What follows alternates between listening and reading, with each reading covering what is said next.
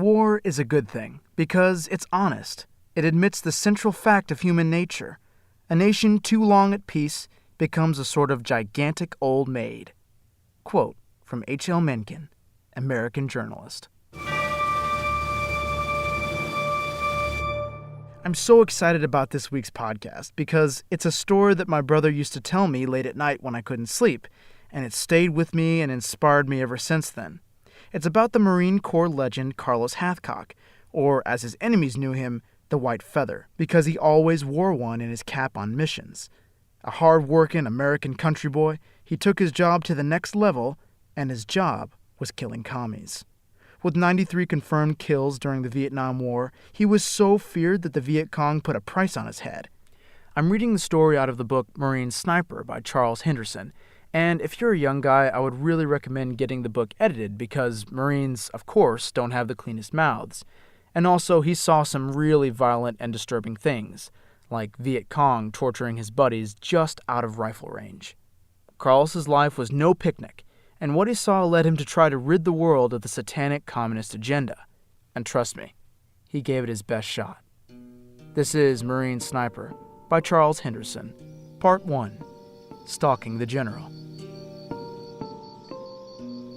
The late afternoon sun shone through the camouflage netting draped over the old plantation house that now served as a North Vietnamese Army Division's command center. The yellow light cast spotty shadows through the window and over the old commander, who sat behind his table-like desk, scratching out a note. His division continued to expand and improve, but the old commander was like the great tiger that lived in these mountains and now limped because of a thorn that festered in his paw. This thorn was the increasing number of U.S. Marine snipers, and especially the one who wore a white feather in his hat, a symbol that enraged the communist general because he saw it as an insult to the abilities of his best guerrillas. News of someone sighting the sniper who wore the white feather spread fear among his troops, as well as among the local peasants. Whenever this man was seen, people died. He gazed out the window, looking through the blotchy netting as the blood-red sun stood at the crest of the mountains that arose from the sanctuary of Laos. The setting sun's highlights sparkled from the gold and silver that ornamented the large red patches sewn on his collar. He thought of the war and the increasing numbers of American soldiers and weapons that now flooded into South Vietnam, and he thought of the increasing number of heavy bombs dropped daily from the bellies of high-flying B-52s.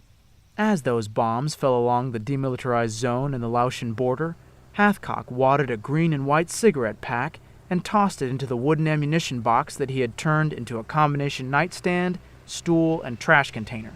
He lay back on his cot and took a long and deep drag off his last cigarette. The sun now set behind the distant hilltops in the west, and he watched the blazing orange sky turn dark as night fell. As he lay there, he thought of his conversation with Gunny Wilson earlier that day, just after he'd finished writing to Joe. Recounting his past 6 months as a sniper made him realize that many things had permanently changed in his life. The Carlos Hathcock who reported to Major George E. Bartlett at 1st Marine Division's Military Police Company nearly 1 year ago at Chu Lai, and who worked there as a machine gunner and desk sergeant, was a completely changed person from the Carlos Hathcock who spent the last 6 months on duty as a sniper and assistant chief sniper instructor at Da Nang. When he reported to the major, himself a competitive marksman, Carlos had never killed anyone. He had never known the heat of combat or the reality of war. Now he had 80 kills confirmed to his credit, and he had trained several hundred snipers, more than 100 of them personally. When he came to Chu Lai, he equated marksmanship to targets. Now he equated targets to living, breathing human beings. In a few days he would pick up the orders that canceled his temporary additional duty as a sniper, and he would return to the Military Police Company, his parent command, that would process him for travel back to the world. He came to Vietnam a green kid, 23 years old, still immature and full of ideals and dreams. Now his face bore wrinkles at 24 years. His ideals and dreams were tempered by the lessons of combat, and his boyishness had disappeared, drained from his soul at Elephant Valley, Charlie Ridge, An Hoa, and Da Nang. Now he felt old. Hathcock looked at the letter that he had written to Joe, apologizing for not telling her that he was actually a working sniper, not just an instructor. The idea of her reading about it in the newspaper continued to rouse his anger. Once I got home, I would have told her, he thought. I just didn't want her worrying. "Sergeant Hathcock, you in there?" a voice called in the night. "Yo," Hathcock called from his cot and raised himself on his elbows to see outside his hooch. "Yeah, Burke, what's up?" Burke peered through the screen door. "Gunny needs to see you. I think they want you for one more trip to the bush." Hathcock sprang to his feet like a fireman hearing the alarm sound. "What do you know? They tell you anything?" "No. Gunny just said for me to roust you up." Hathcock walked toward the sniper headquarters where he could see two figures standing outside. "Looks like some sort of powwow," Burke said in a low voice as they drew near.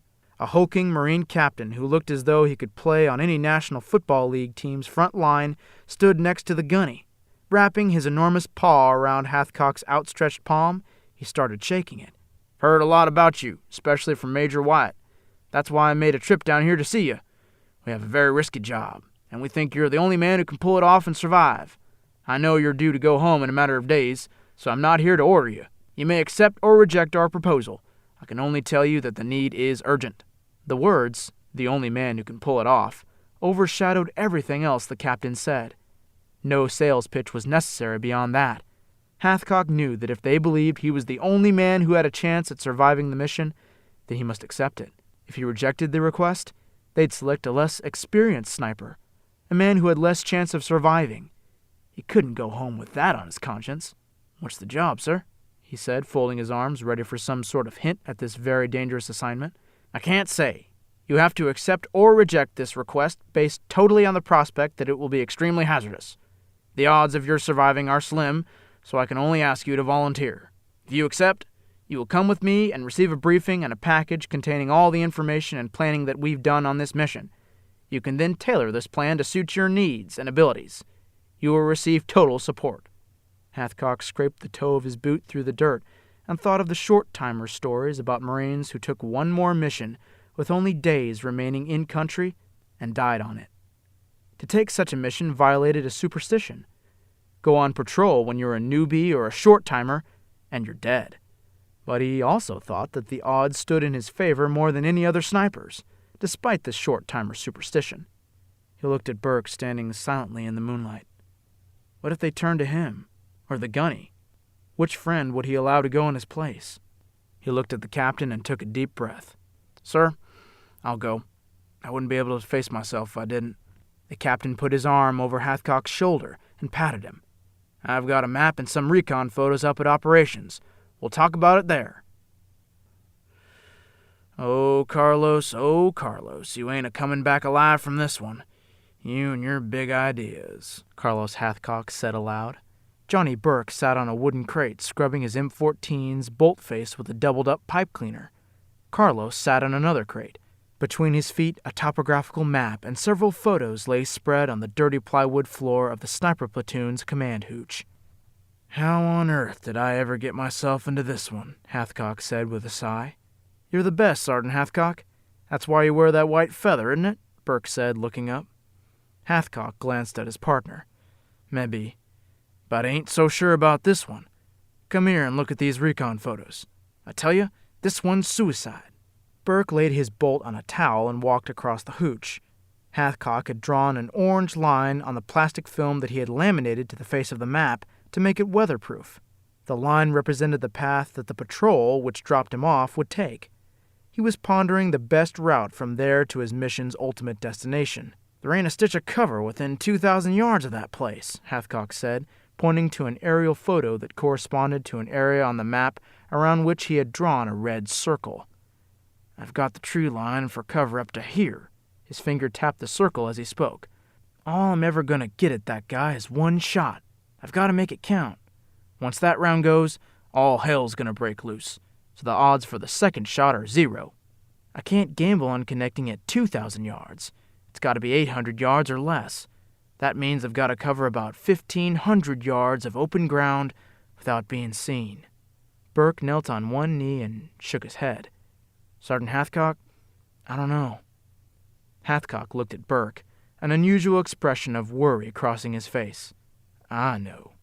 He looked back at the map and photos and again leaned his elbows on his knees, clasping his hands together beneath his chin as if in subconscious prayer.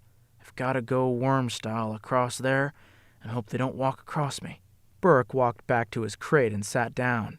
He picked up his rifle's bolt and began scrubbing its face with a fresh pipe cleaner.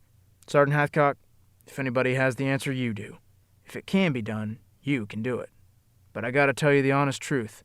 Going into the NVA's headquarters and blowing away their stud duck takes one heck of a lot more guts than I've got. Too bad you can't tell 'em to forget it." "Nope," Hathcock replied without looking up. "Ain't my style. Job's gotta be done." Carlos looked at his watch and softly laid it inside his footlocker with all his other personal items. He would leave everything behind on this stalk. He took his bush hat with his left hand and gently slipped the wispy white feather from his hatband, dropping it behind the pages of his Marine Corps issue New Testament. He placed the cigarette pack-size book in one corner of his footlocker and dropped shut the locker's wooden lid. He tucked on his bush hat, slung his rifle over his shoulder, and walked out to meet his fate head-on. As he walked through Hill 55's complex of deeply dug and heavily sandbagged bunkers, hardback tents, and antennae farms, Carlos listened to the new day come alive. "Good morning, Vietnam," a voice boomed from a nearby radio tuned to AFVN. "It's 6:05 in the AM, echoed through the camp from scattered radios tuned to the Da Nang American Forces radio station. He walked down the hill beyond the bunkers and joined a group of Marines wearing helmets and flak jackets. Each man had 2 fragmentation grenades and several pouches full of ammunition, balanced by 2 full canteens hanging on their cartridge belts. Carlos had only his rifle, 1 canteen hooked to his belt, and a K-bar knife. He reached in his pocket and touched the tube of camouflage grease paint resting there. He was scared. The walk to the landing zone didn't take long. Neither did the flight, due west and well into the high mountains that bordered Laos.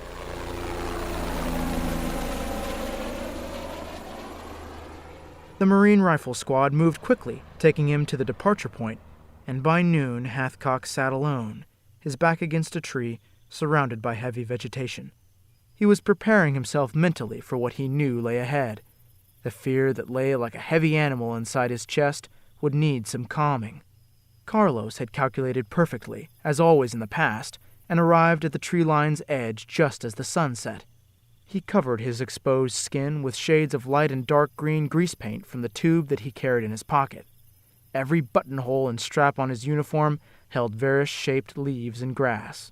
Here, at the edge of the open country, he saw the NVA's heavily guarded buildings, with their camouflaging and their fortified gun positions.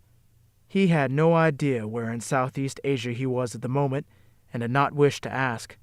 The terrain map he had studied had had no place names. From their flight path and the distance covered, he would not have been surprised if he was in Laos, or even in North Vietnam. Under the cover of darkness, Carlos retouched his camouflage paint and exchanged the forest's deep green leaves for the lighter green and straw-colored grass that now surrounded him and covered the vast open land ahead. He drew his canteen and poured a capful of water. He brought the lid to his lips and sipped, his eyes constantly shifting and looking for signs of movement, his nose testing the air for any smell of other men. For the next hour, he continued preparing himself, drinking sips of water from his canteen lid and relaxing in the tree line's cover. Finally, his every move fluid and slow like that of a clock's minute hand, he lay on his side and slipped into the open. His Winchester rifle was clutched tightly against his chest. His body was in constant motion, but the motion was so slow that a man staring at him from 10 feet away would in all probability have seen no movement. He traveled inches per minute and yards per hour. From now until he reached his goal, Hathcock would not eat or sleep, and he would drink rarely. He had had no idea that he would have to move this slowly. The dry grass was about a foot above his head as he crawled slowly on. Hathcock noticed the stars in the clear night sky and prayed for rain. If it came, he could move quickly, since the enemy's vision would be obscured and the shower's noise would cover his. Dampness would also soften the cracking dry grass and weeds. The Marine sniper had crawled approximately 30 feet from the tree line when he heard the first enemy patrol approaching his position. His eyes strained to find them in the moonless dark. He knew they were closing in on him by each crunching footstep's increasing loudness. Hathcock held his breath. The patrol was very near. His lungs burned and his heart pounded. Sweat gushed from every pore on his body. He was worried they would smell him. Absolutely motionless, he stared back at the trail of bent and broken grass that lay behind him. Hathcock thought, if they see me, then that's how. They'll see my trail. His lungs could take no more pain. He must have air. He felt like a pearl diver gone too deep, seeing the water's mirrored surface over him. Hathcock relaxed his lungs slowly, silently releasing the captive breath. He longed to gulp a replenishing surge of oxygen, but instead filled his lungs silently and very slowly with tiny puffs of air. Movement near his feet nearly made him scream. A leg flashed by him. Another and another flickered past. The NVA patrol was now between him and the safety of the trees. He heard one soldier clear his throat. Another whispered something in Vietnamese. Hathcock thought, these guys are goofing off. They aren't even looking. They're safely in their own backyard and don't suspect a thing. As the patrol passed, Hathcock watched them traipsing along beside the tree line, oblivious of his presence. That looseness just might save my life, he thought. Boy, will they be sorry. A smile crossed his face, and his confidence soared. As soon as the enemy was out of earshot, he pushed on through the night. To be continued.